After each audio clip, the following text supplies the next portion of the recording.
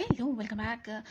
Episode అయిపోయాక లైవ్‌లో కళ్యాణ్ చాలా లో అయ్యాడు. చాలా ఏడ్చాడు. తన వల్లే శ్రీజ వెళ్ళిందేమో అని.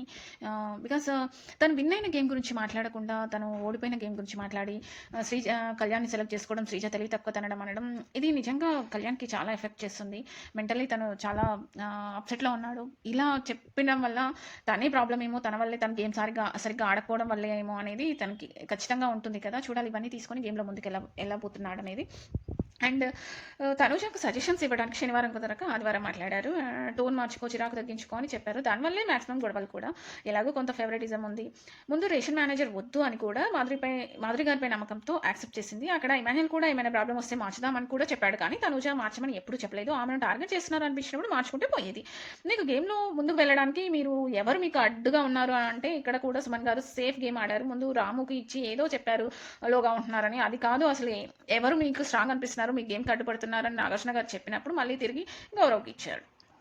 కళ్యాణ్ బర్నీ గారికి ఇచ్చి కెప్టెన్సీ కంటెండర్స్‌ని సెలెక్ట్ చేయడంలో ఓన్లీ తన కోసం ఆడిన వాళ్ళని మాత్రమే సెలెక్ట్ చేయడం అది కరెక్ట్ అనిపించలేదు. దానివల్లే నా గేమ్‌కి ప్రాబ్లమ్ అవుతుందని, ఒకవేళ సెలెక్ట్ చేసి ఉంటే హౌస్ పరంగా సెలెక్ట్ చేసి ఉంటే అందులో నేను కూడా ఉండేవాడిని అనే విషయంలో చెప్పారు.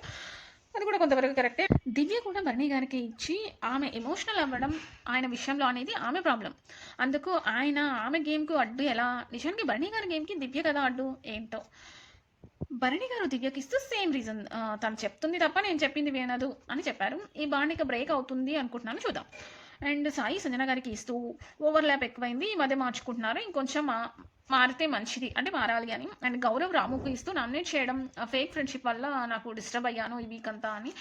రాము డెమోన్ స్ట్రాంగ్ ప్లేయర్ అని నేను ముందుకు వెళ్ళాలంటే అడ్డు అని చెప్పాడు. మాధురి గారు భరణి గారికి ఇస్తూ అందరికీ ఈ హౌస్లో స్ట్రాంగ్ భరణి గారు, బయటకు ఇంటికి వెళ్ళి చూసుకొని వచ్చారు. బయట స్ట్రాటజీస్ అన్నీ తెలుస్తాయి, తను ఎలా ఆట మార్చుకోవాలో తెలుస్తుంది, ఎలా మాస్క్ వేయాలో కూడా తెలుస్తుంది అని చెప్పారు. అండ్ ఇమాన్యుల్ కూడా డెమాన్కి ఇస్తూ నేను ఓడిపోయిన 2 గేమ్లు అతని వల్లే ఓడిపోయానని. అండ్ నిఖిల్ కూడా డెమాన్కి ఇచ్చి స్ట్రాంగ్ అని చెప్పారు. సో ఇక్కడ అందరూ డెమాన్ అంటే ఫిజికల్గా ఏ గేమ్ వచ్చినా తనతో ఆడి విన్ అవ్వడం కష్టమని ఫీల్ అవుతున్నారు. అండ్ రీతు మాధురి గారి వల్ల మెంటల్ స్ట్రెస్ ఎక్కువైంది అని ఇచ్చింది.